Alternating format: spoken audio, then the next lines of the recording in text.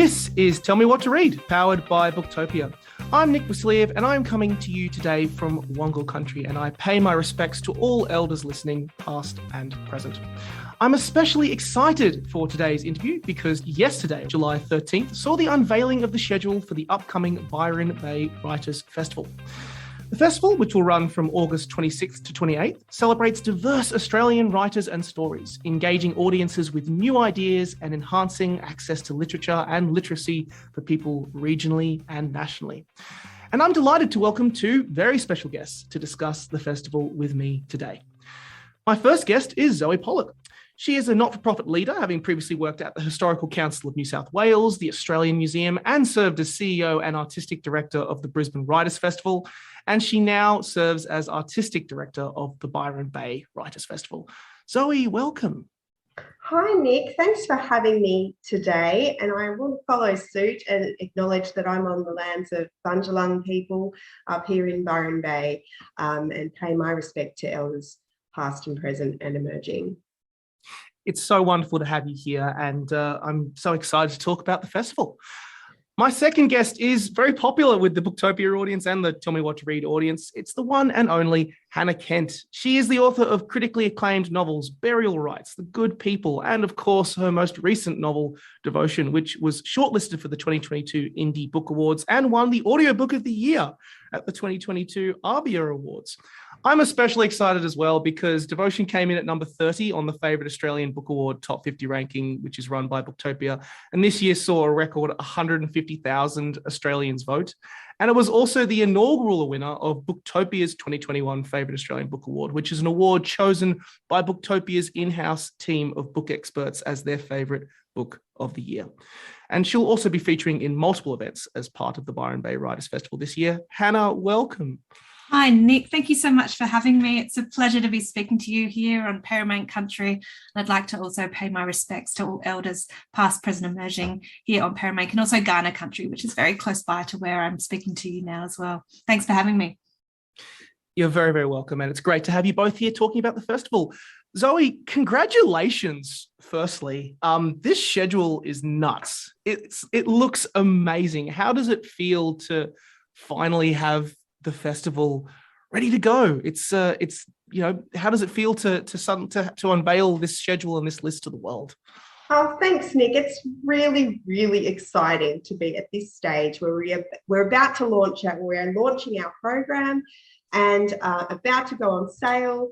And I think the Byron Writers Festival hasn't been live. We haven't had a live event for the last 2 years because of COVID. So it's been a really challenging time, not just for the festival team, but for all of our beloved audiences and our authors. We really need these wonderful meeting places for readers and writers to come together and meet and talk about our mutual love of books and language. So to be able to be doing that again and bringing this incredibly loved event back is a huge privilege. We were discussing before we started recording that you've just joined the festival team, and of course, as you mentioned, they've been dealing with so many issues over the last few years due to COVID. What's it been like for the team to kind of overcome the challenges of COVID this year and finally have the festival back on? There are so many challenges that COVID, as we all know, throws up, and there still are some that could come to the fore for us. So, it's always heartbreaking to have to cancel an event. Last year's event was actually cancelled after the program had launched because of lockdowns. This year's event is slightly different in that we're really confident there's not going to be any more lockdowns. We're unique in that we're an outdoor event, similar to Adelaide only, in that so people can come, and it is a really COVID-safe environment. So we're offering that to our patrons. The challenge for us is ensuring that our authors don't have to isolate and that they can get on planes to come here. So we're a little bit on edge with that one, but we have really high confidence that the event will be fantastic. We have more than 140 authors programmed. So we definitely feel that even if some people aren't able to attend at the last minute, we will still have a wonderful program, no less. Yeah, this festival, this program, which for our listeners I will link to in the description, which you'll be able to check out, is absolutely insane. There are so many incredible authors included in this listing. Of course, Hannah is one of them. Hannah, what's it like to be an author and part of this festival specifically? Oh my gosh, I am so excited for this festival. I mean, like you were saying, I think everyone's been in lockdown. We've spent a lot of time at home. I think this is especially true for lots of writers who spend a lot of time at home anyway, if that's where they write from. Certainly in my case, I spent a lot of time already in my trackies. When everyone else was in lockdown, I was like, now you understand how I operate, how I work. But I think to have the opportunity to sort of emerge from the kind of solitude that so much writing requires and go to a beautiful festival like Byron Bay Writers Festival and meet other writers, see writers who you haven't perhaps seen for 5 years, perhaps longer, but also get to speak to readers and also to be a reader yourself, to get to indulge in the kind of incredible events and speakers and talks that are on offer. It just tops up the well, if you know what I mean. I think for me, I always feel creatively inspired, not only being able to go and speak and be a guest at this festival, but also just to be amongst it, to be in that kind of environment of celebration where, all things literature, specifically Australian literature too, are sort of held up and, in this beautifully joyful, joyous way. And also the opportunity to hear new writers and to hear new voices and to see what everyone else is doing. For me, it's just the most rewarding, most exciting thing to do, I guess, between writing books. I agree. It's one of those places where whenever you're at a festival like this, the most exciting thing is to discover an author that you've never heard of, and see the work that they've been up to and the process that they've been up to. I think it is such a joy. But I want to ask you a little bit more about on that topic, if I can, because the last time we had you on was before our show rebranded, when we had Ben Hunter chatting with you about Devotion, and just Devotion, I think, had either just come out or was about to be released.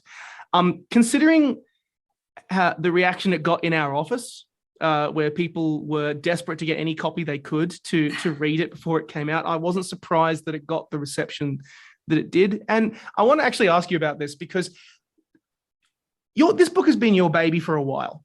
You've been sitting with it. You've been writing it, struggling with it for many years, but then it goes off and it has a life of its own. And it goes into the hands of readers who then come to the festival to come and chat to you. How does one process seeing your book go to all these places? Like, how does it surprise you? What kind of process space do you find yourself in when you suddenly go, hey, look at all these people who've turned out to check out this book that was just sitting with me for years? Surprise is definitely a huge part of it, I think. I mean, it took me 5 years to write Devotion. And I think by the time it was ready, I mean, I knew it was going to be published. I had a publication date. I still wasn't really anticipating anyone reading it in a strange way. I think it's just, because it was a book that in so many ways was very personal to me. And I had sat with, like you say, for such a long period of time. And I was also, I mean, by the time I finished writing a book, I lack all objectivity. I have no idea if it's going to be interesting to anyone else. And with Devotion particularly, I was always thinking, look, just keep going because you're writing this for yourself, essentially. You're writing a book that you want to read. So by the time it does go out into the world, which is always let's be honest, it's a time of anxiety, I think, for me and for many other people. There is a little bit of a process of grief, of kind of letting it go, of not being able to continue tinkering at it, and also just sort of opening it up, I guess, to judgment in some ways. But then when you start to hear from readers, or you go to a festival and people actually want to hear you talk about it, or they come up to you in the signing queue and they tell you the way it's maybe influenced, changed their mind or influenced their own perception of anything from, our historical past and the representation of colonization, or even just, it's a queer story, hearing from queer people and about the importance of this kind of representation. It's just, I actually lack the words to properly articulate how much that has meant to me and how much that continues to mean to me. And I think it's one of the things that I look forward to the most and I treasure the most from a beautiful writers festival like this. It is those moments where you get to actually speak to people who have read your words and who have engaged with it in a meaningful way, because it always feels like a gift. It's never something I take for granted. yeah, the chance to actually see people interact with this book that you created, that you put together over years and years and years. It's so wonderful. And to have festivals like this is again reiterating why it's so important, that reading experience. Let's talk about this festival. Let's talk about the festival this year. Zoe, I wanted opening up the schedule and seeing the first thing that came to me was Radical Hope, straight on the front page right there. Tell us a little bit about the festival this year. Yeah, thanks, Nick. Look, and thanks, Hannah, also for that beautiful articulation of how special writers' festivals are, I think also from the author perspective. But it is that intangible something that festivals provide, that way for people to connect with one another, reader to writer, but also reader to reader. You know, I think there's nothing more special than sitting in a room or in a marquee, as we will be in Byron, with a group of people who equally are as passionate about books and writing as you are. So it's so special. So thanks for articulating that so well, Hannah. In terms of Radical Hope, so this is the festival theme for the Byron Writers Festival this year. And the reason that I came up with this theme is I feel as a community, we have been through so much recently. It's, you know, there's been fires, there's been floods, there's been pandemic. You really couldn't make it up, even if you were as gifted as Hannah. And ultimately, I thought we really need to find a way to come together and think about what all this means. One of the great things about writers' festivals is that we have some of our greatest deep thinkers before us on a stage together. And that's a huge opportunity as an artistic director and a programmer to think about, well, what can I invite these people to do when they're together? And I think it's always really important that we think about not just what people are already saying or what people have written about in their books, which obviously we want to discover and celebrate, but also what could the conversation be? What is the discussion we need to be having as a community? And we are facing some really challenging things as a society. And the idea behind Radical Hope is that we look at these really challenging things dead in the eye. We look at them straight on. We don't flinch. Perhaps we want to, about the gravity of our situation. There are many big challenges that the pandemic maybe helped some to reflect about, namely authors, but many, you know, it also, I think, covered over some of the big issues that are still there, like climate change, race relations, gender equality, and these issues haven't gone away. So I'm inviting people to come back together and to look at these issues, but to look at them with a radical hope, with an idea that we have the power as humans to actually overcome these things. And I've specifically invited authors who I think have the answers, who have the way forward for us to think about. So the keynote for this year's festival is actually 5 authors that I think they're not all authors, they're thinkers and makers, that I think can really point the way in a way that we may not think about. So we've got AC Grayling headlining that. He is coming out to Australia on his new book, For the Good of the World, and he actually outlines the pathway out of climate change in that book. And then following him will be Damon Gameau, who we all know is an amazing filmmaker. He has a new film coming out, Regenerating Australia, which looks exactly this. It actually paints the picture of what 2030 could look like if we adopt rapidly all the things that we need to address climate change. And I've also invited Mia Tom, who's a local Bundjalung activist, climate schools activist. She's like the Greta Thunberg of the Northern Rivers. So she'll be speaking to us about her vision for our future. And then I've invited 2 poets, Annie Tefiu and also Tando Sabanda, who will give us their visions in poetry of the world we should be creating. So that's really, I hope, it's not really a nutshell, but I hope gives you a good sense of the kind of driving ideas behind this year's thing. I always love to think, like, looking at festivals like this, whenever there is a theme. I always view it as a litmus test of our thinkers. It's like whenever you see festivals like this, it's such a fantastic place to express the feelings and concerns that the wider general population have whenever they talk about particular, whenever we're thinking about the problems and the issues that we need to address in our times that we have. I love this theme. I just want to say I've got no question. I just love that this theme is that you're covering this topic, that you're covering this theme, and that there is just an unflinching honesty to it. Part of being a curator is really to have your finger on the pulse of the zeitgeist. Like, I think it's a bit of an art, and you really need to be able to read what is happening and understand, I think what is playing on people's minds and the kinds of things that they want to hear about, and maybe also what people haven't thought about yet, So this theme, like all my themes, came to me at 3 a.m. But it really is a kind of rumination of things. So I think it's about the way that we might immerse ourselves in different texts, what kind of news programs we're watching, and then who we're talking and listening to. And I really had this sense of so much focus on what was going wrong and what was really hindering us, and people feeling quite a lot of despair, people feeling like there was, the way forward wasn't clear. And, when I was thinking and ruminating about this, we still even weren't sure if we were coming out of lockdowns. So it was an uncertain time. Politically, it was a very challenging moment, I think, for the country.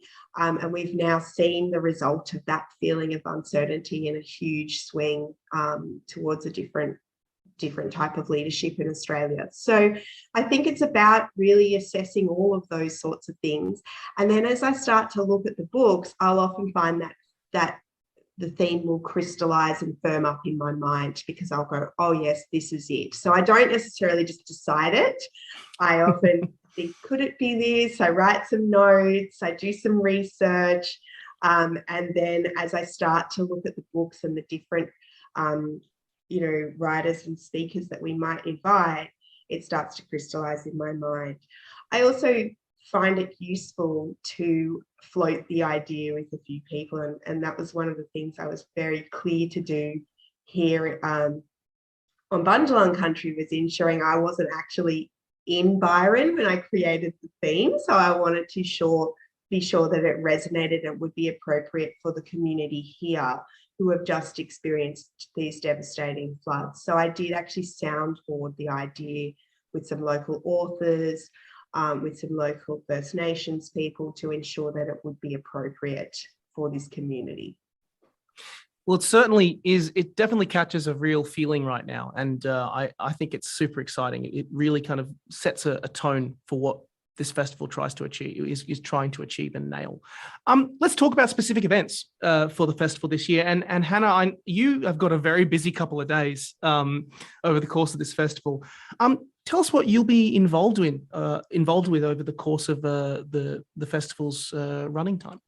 I feel hugely fortunate. I'll be appearing at on the Friday, the 26th of August at 4:15 in conversation with Susan Wyndham, which will be a wonderful opportunity to talk about Devotion, my latest book. But I'm also super excited to be appearing on 2 panels on the Saturday, one at 3 p.m. with the incomparable Trent Doughton and Nigel Featherstone, chaired by Alex Adzet. We'll be talking about love stories, which will be so much fun, I think. I'm really looking forward to that one. And earlier that day, I'll also be talking with Emily Brugman and Yumna Kassab with Sunil Badami about the session is called The Migrant Contribution. So we'll be talking about immigration. I'm really enjoying Emily Brugman's wonderful novel, The Islands, at the moment, and really looking forward to Australiana by Yumna as well. And I think we'll have lots to talk about, lots to compare, both in terms of process, but also in terms of the kinds of narratives we want to bring to the fore. These 2 panels on the Saturday sound so interesting. I'm especially excited by Love and Other Stories. I'm a massive Trent Dalton fan, and Love Stories was just for the story of how it came together, the stories that it has in it, and all of the different paths that love takes within that story. It's the most Trent book to ever Trent, I think. But it's also just such a touching, beautiful ode to love. And of course, Nigel, with his latest book, My Heart is a Little Wild Thing, which I strongly encourage every single listener to go and check out. Just the discussion around the space of love, which I think is such a fundamental human experience. That panel sounds absolutely fascinating in terms of the different topics and subjects that you could potentially cover. Yeah, I'm really looking forward to it. And I mean, you're right. Trent is such a rock star. There's really nothing quite like hearing him speak. So I think it'll be great. It's our only problem is going to be probably running out of time, but I think we're going to have a great chat. And I'm really looking forward to it. It's just the whole program is just filled with the most incredible panels. It's just, I mean, what an accomplishment, Zoe. It's just truly phenomenal. It is, my copy of the program is just littered with just like red pen, me circling all the events. And I've only just realized that I won't be able to go to some of them because I'll have to speak at the moment. So I'm not sure what I'm going to have to do. I'm going to have to send someone to give it, tell me the panel in a nutshell, I think. Well, we do actually record a number of the panels, so some of them might appear in certain places. So fingers crossed. Might be able to give you a few tips. Thanks, Zoe. Cheers. Zoe, what events that will you be involved with over the course of the festival? Of course, apart from serving as artistic director and spending the entire weekend making sure everything runs to a T. So as I mentioned, I'm going to be hosting the keynote on the Saturday night, which is our Radical Hope keynote with 5 speakers. And I'm really excited to be presenting that. But I'm also going to be hosting a panel, which is a subject that is dear to my heart. It's a panel on motherhood and looking at its impacts from a feminist perspective. And so that's with Natalie Connew, who's written a wonderful book called The Cost of Labour, where she really, and it's a huge piece of research which really goes into all of the areas that I suppose impact women once they become mothers and in the process of doing that. And I think this is really a topic in an area in feminism which has not been explored in great detail. It's kind of like a great silence. Everyone's encouraged to become a mother, and then you do become a mother, and you're suddenly hit over the head with a huge shock in terms of, I suppose, what your freedoms are once you have children. And we all love the children. I have 2 beautiful boys who I love dearly. They're 4 and 1, and they're a huge handful. But I'm sure Hannah can comment. I know you have your own family, and juggling being an award-winning writer alongside raising a family is incredibly challenging. And it did very much for me, the transition to motherhood, bring up a real understanding of a new appreciation of women's oppressions. And Natalie will be drawing that out. We also have Gina Rushton on that panel, who has explored that. She's done that before she's decided to have a child. So she spent 9 months deciding whether she or not she would have a child, and has written a book in which these 9 chapters explore all the different impacts on women of motherhood. So their treatment within the health system, but also then, the economic impacts of motherhood on a woman's career, etc. So I'm really looking forward to hosting that panel. I think it's a very important discussion. I'm curious, actually, Hannah. What's your thoughts on this particular panel here, particularly around the context, the feminist analysis of motherhood? This panel sounds absolutely amazing, by the way. I love the sound of the potential topics we could dive into. What are your thoughts on it, Hannah? I'm actually circling the event on my program as we speak. No pressure. Look, I'm fascinated by this. I think we need to have this dialogue, and we need to have a way to connect and share about the impact of motherhood on women's lives. And we need to talk about the labor, the mental load, as well as just the physical labor involved in motherhood, the ways in which the societal attitudes towards motherhood, and the ways that some of these can be inherently contradictory, or at the very worst, intentionally oppressive. I think it's really important. I'm also fascinated on the impact of motherhood on creativity. as I mentioned earlier, it took me 5 years to write this book. And I think partly that reason why, in fact, mostly the reason why, was because I had two little kids. I've got a 4-year-old and a 2-year-old. So I'm right there with you in the chaos, Zoe. And it's something that I would think about probably on every day, just the way in which my life has changed since I've had kids, and the various ways that my freedoms have been limited, sometimes in a way that I don't really mind, but sometimes also in ways that make me actively angry, particularly when you feel that there should be more support systems in place from a societal level, or the ways in which women's labour is largely ignored or at the very worst denigrated. So I think this is a really important conversation to keep having, because there are still lots of people whose lives are being changed, if not worse through motherhood, but still are being changed in a way that they're struggling perhaps to exercise freedoms or exercise will in a way that they ought to have a right to, I guess. Yeah, it's such a fascinating topic, and I honestly wish we could talk about it for longer, but unfortunately we have so many other events to also cover. What other established events or new events can people also look forward to in this upcoming edition of the festival, Zoe? Look, a big part of what we've focused on in the program as well is really showcasing First Nations voices.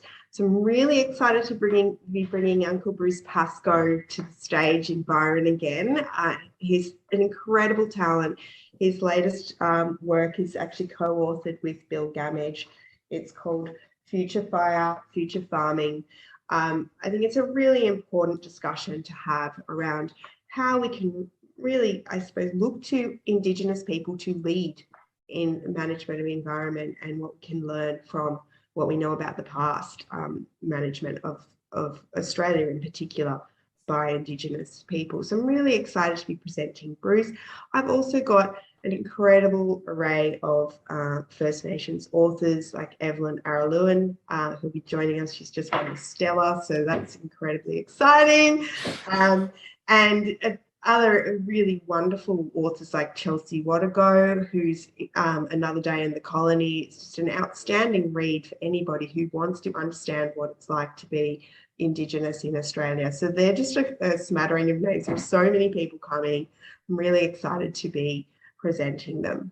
Yeah, it's fantastic hearing about all of the fantastic Indigenous authors who are coming through. But I love that you mentioned Evelyn Araluen.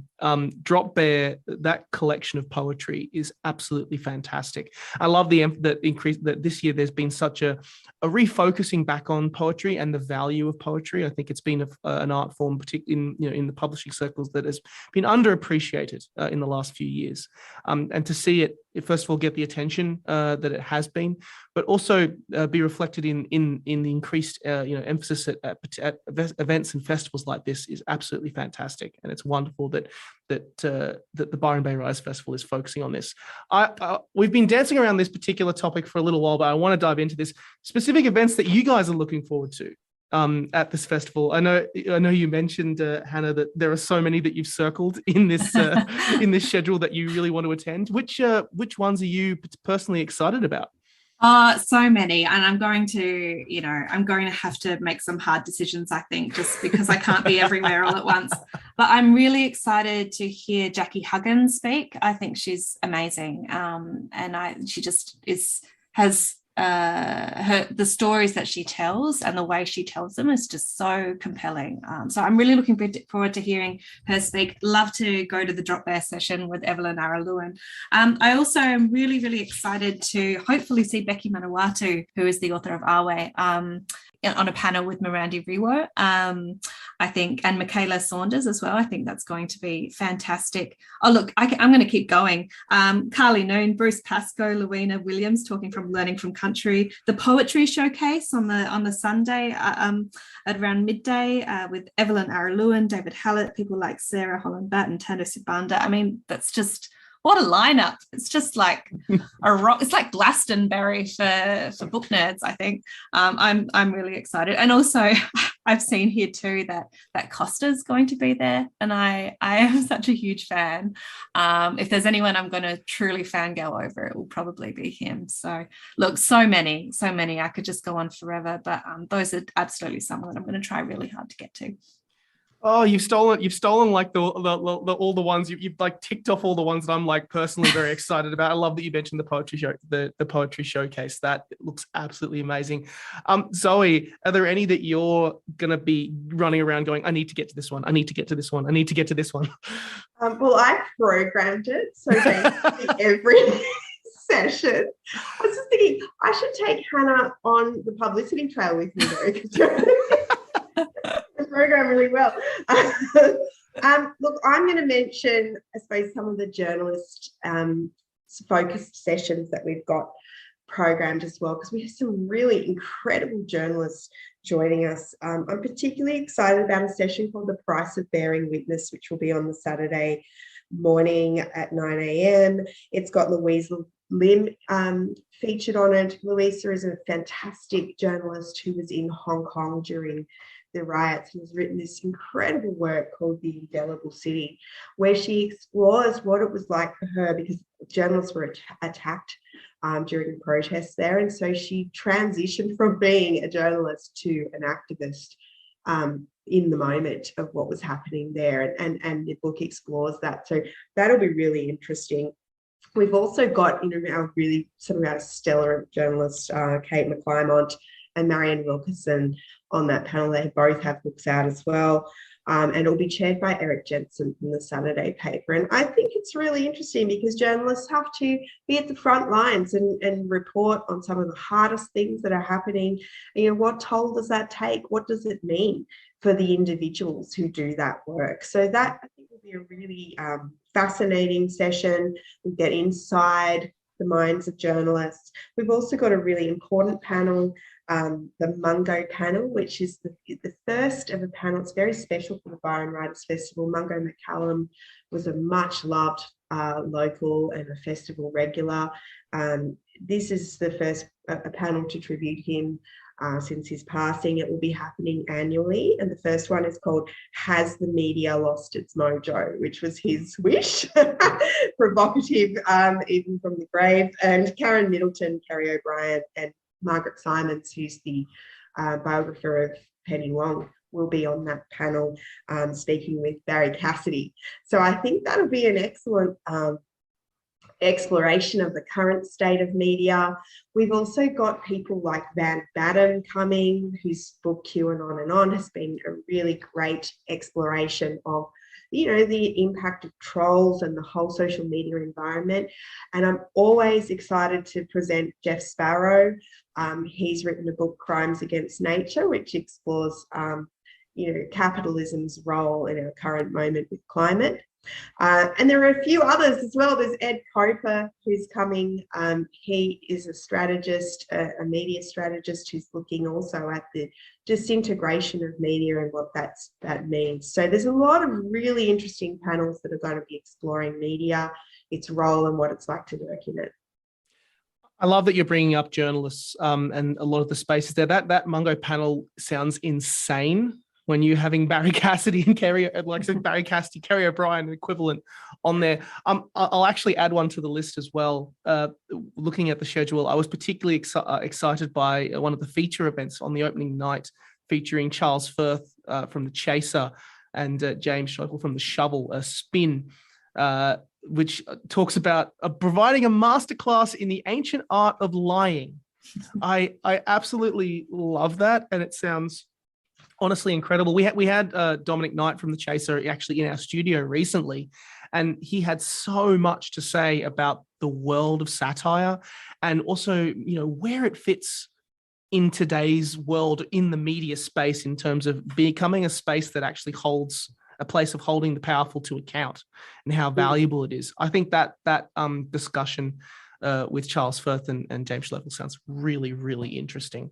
Thanks for highlighting that, Mick. And it is such an interesting role that satire is increasingly played in reporting. It's sort of one of the only ways that people have been able to cope with some of the challenging, particularly political happenings that have occurred since the Trump era in America. So satire has played such an important role. I also want to highlight that if anyone is an aspiring comedy writer, Charles will actually be delivering a workshop on the Thursday before the festival starts. And the opening line that he wrote to invite you to come is that satirical comedy writing is a dreary affair of unimaginable pain and suffering. It's a good way to get incredibly rich quickly. So if that's not an incentive to sign up, I don't know what is. Charles Firth is honestly amazing. I was very lucky enough to go to a couple of his Chaser Report podcasts. They've been doing a couple of live podcasts here in Sydney, and I was very lucky to go to a section of them. The approach that they have to satire that the Chaser are doing is just so fascinating, and seeing how it fits within the broader media landscape is just, they have so much to say, still relevant even after the years of the Chasers War and everything being off the air. I'm aware that we're running out of time, so I'm going to finish off with some kind of fun bookish interview questions, covering your personal reading habits, but also, events at the festival in general. And I'll start with you, Hannah. What is the perfect idea of a night with a book for you? Just perfect. Oh my goodness. There would have been a time where I would have been quite specific, the fire on, sitting in front of it, blanket, glass of wine. And now, to be honest, any perfect night with a book is just when I have time to read uninterrupted. I think, my standard has dropped. It is low. But but I'm happy with it. I think, a perfect night with a book is just, I think probably just a time alone in beautiful peace and quiet with zero interruptions, and the luxury of knowing that you can read for as long as you'd like to. So you can finish, you can read into the night if you want. I think to me that sounds like heaven. I think I fall asleep too soon these days. So, and being able to read at night without being tired as well, I would put that there. So I'm not nodding over, at 8 o'clock. I'm sorry, that's probably not as romantic as some people might imagine when you imagine sort of like a reading life. No, just uninterrupted time and a really, really good, compelling book to get stuck into. That's all I ask. That's all I hope for. I love it. Same question for you, Zoe. Well, I have basically the same answer because our kids are almost the same age. But I have to say that I have discovered a new way through as a mother to read. And I used to be so absolutely dedicated to the printed page and feeling, I didn't have an evening. My place to read was the beach, and it would just absolutely just a pile of books on the beach, hot sun, not very cancer friendly, but, it was that was my way to wind down, and beach trips are no longer that kind of, sometimes my partner lets me read while the kids play and they build sandcastles, but I don't really get that experience anymore.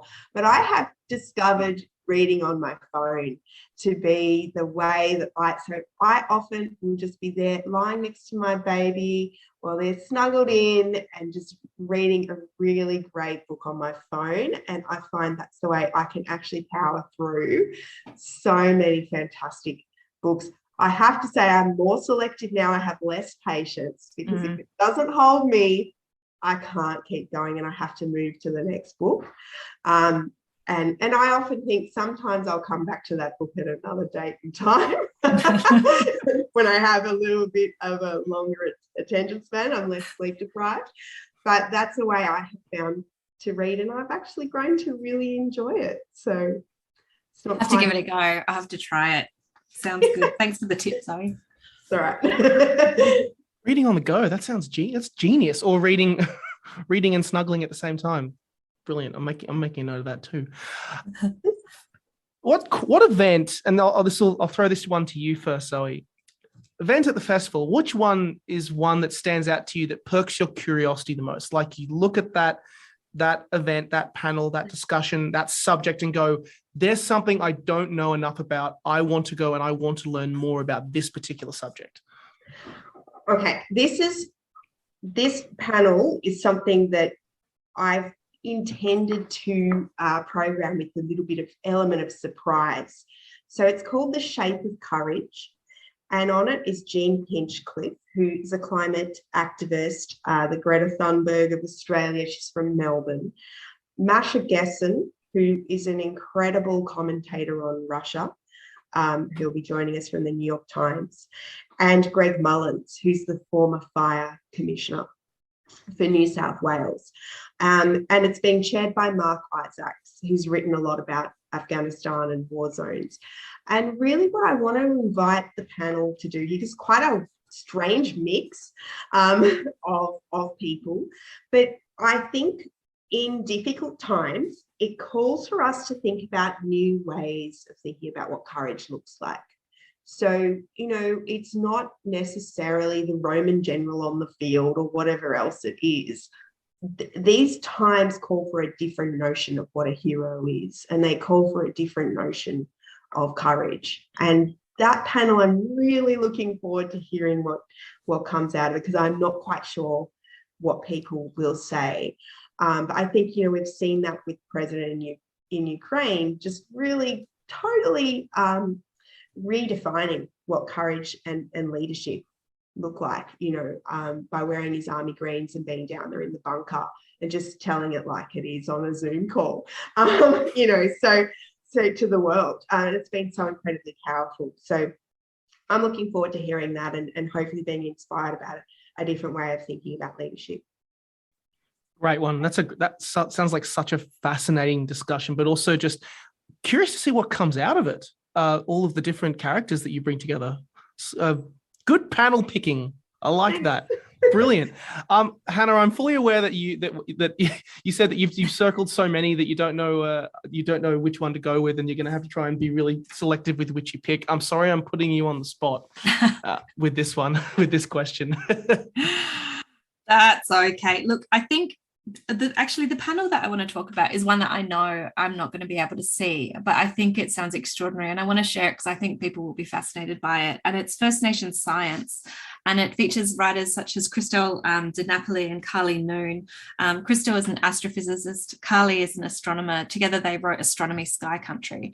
And I think it would be such a wonderful opportunity to expand, especially for people who perhaps haven't got any background or have very little knowledge about Indigenous ways of understanding this beautiful country, this beautiful world that we live in.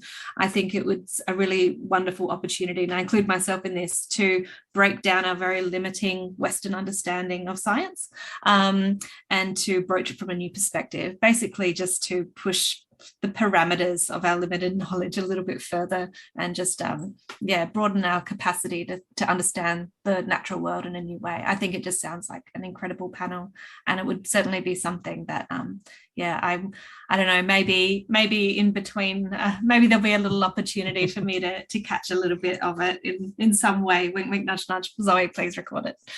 Or you could read their book. I will be doing that.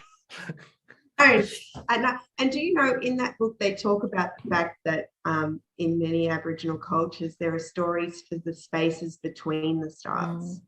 So it's, as you say, it's just a very different way of thinking about our environment.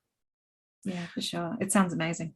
Oh, that one also sounds fantastic. I love it. I'm aware that unfortunately we have come to the end of this podcast. We've run out of time, but I just want to simply say to both of you, thank you, Zoe. Thank you, Hannah. It has been an absolute pleasure talking to you both about the Byron Bay Writers Festival. Thank you so much for coming on. Thanks for having us. Thanks. So for all of our listeners, you can buy all books that were mentioned today in the podcast now from booktopia.com.au.